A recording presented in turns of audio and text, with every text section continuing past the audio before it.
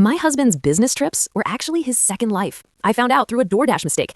I always thought the biggest threat to my marriage would be another woman. Turns out it was a grilled cheese sandwich from a restaurant 300 miles away.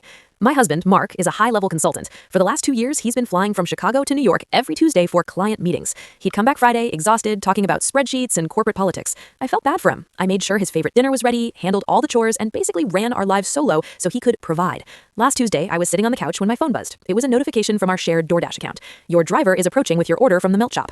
I was confused. I hadn't ordered anything. I checked the app thinking someone hacked my account, but when I opened the order details, my heart stopped. The delivery address wasn't our house in Chicago. It was an apartment in Brooklyn. The order? 2 kids' meals, extra pickles, and a chocolate shake. I didn't call him. I knew if I did, he'd have an excuse ready. Instead, I used our Find My feature on the iPad he leaves at home. It was linked to his work phone. He was at that Brooklyn address. I took a flight the next morning. I didn't take a suitcase, just my purse and a burning rage. I waited outside that apartment building for 3 hours. At 4 p.m., the front door opened. Mark walked out, but he wasn't wearing his suit. He was wearing a World's Best Dad t-shirt, holding the hand of a 5-year-old boy who looked exactly like him. Behind them was a woman, laughing, carrying a toddler. I didn't scream. I just walked right up to them. Mark saw me and his face went gray. Literally gray. He looked like he was seeing a ghost. The woman looked at me, confused, and said, "Can we help you?" I looked her dead in the eye and said, "I'm the Chicago office, and I think his contract just expired."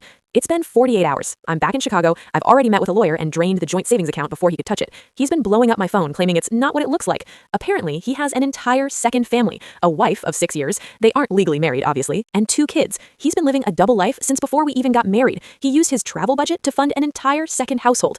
I'm not crying anymore. I'm just wondering how someone can look you in the eye every weekend and pretend you're his only world, while his other son is eating a grilled cheese 300 miles away.